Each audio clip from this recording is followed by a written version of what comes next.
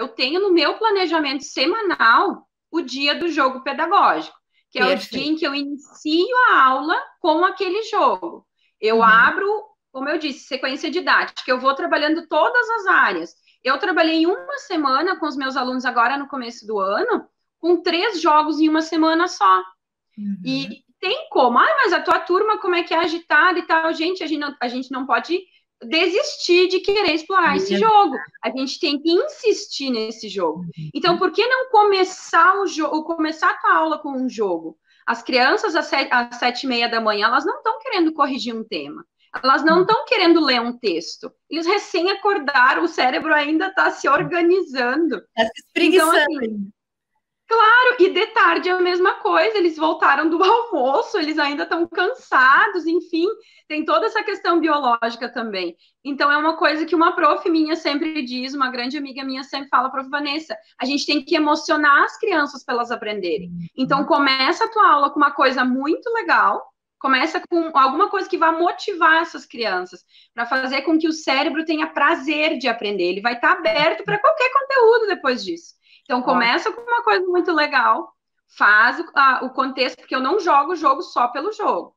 Eu jogo, registro, tenho toda a exploração oral, toda a exploração de registro depois também, faço com eles no quadro, e aí, como eu disse, a minha estagiária, ela vem comigo desde o ano passado.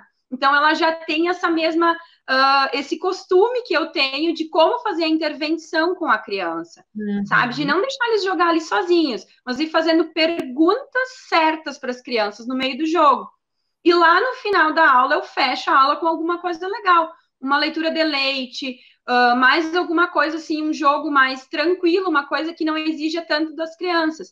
E eu tenho também na semana o dia do jogo livre, que daí seriam jogos assim, aqueles jogos que eles exploram mais sozinhos, em que eu não preciso fazer tanto a intervenção, que é quebra-cabeça, jogo de memória. Tenho na sala o cantinho da matemática, que tem jogos de matemática, e tem o cantinho da linguagem.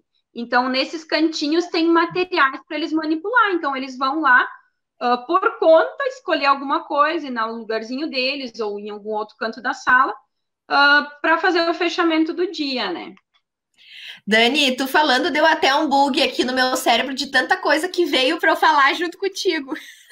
Olha só, é muito protagonismo numa professora, gente. Vocês ouviram? Tem cantinho da matemática, tem cantinho da linguagem, que tem, olha só, no planejamento dela já tem momentos planejados para os jogos, né? Jogos tanto jogos com intervenção como jogos mais livres, que é importante também para as crianças ter esse momento mais livre, para daqui a pouco não acharem que toda vez o jogo, toda vez a prof vai fazer alguma coisa com esse jogo. É bacana também ter esse momento mais livre, né?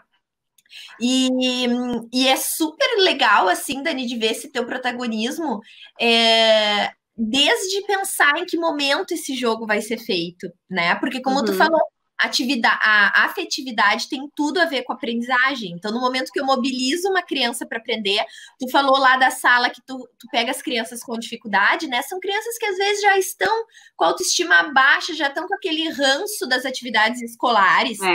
Trazer uma outra situação de aprendizagem faz ela se abrir de novo, né? E uma outra questão importante que tu falaste sobre...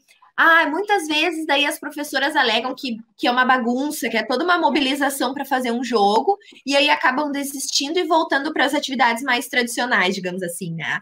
Só que isso também tem a ver com a questão de nós, como tu falou ali, a gente insistir, né? A gente fazer mais vezes uma mesma atividade.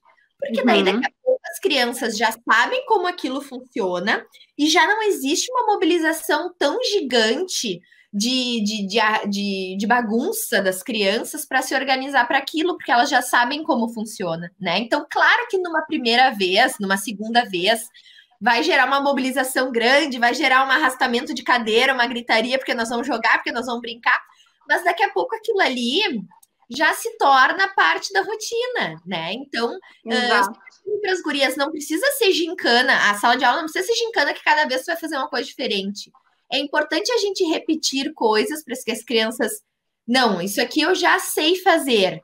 Então agora eu vou jogar, eu vou brincar, porque eu já sei como as coisas vão acontecer, né? Então, realmente, se tu tenta só uma vez, pode ser que tu vai desistir, né? Mas no momento em que as crianças pegam o funcionamento, e que legal que os teus alunos estão contigo pelo um segundo ano seguido, nesse sentido é positivo, né?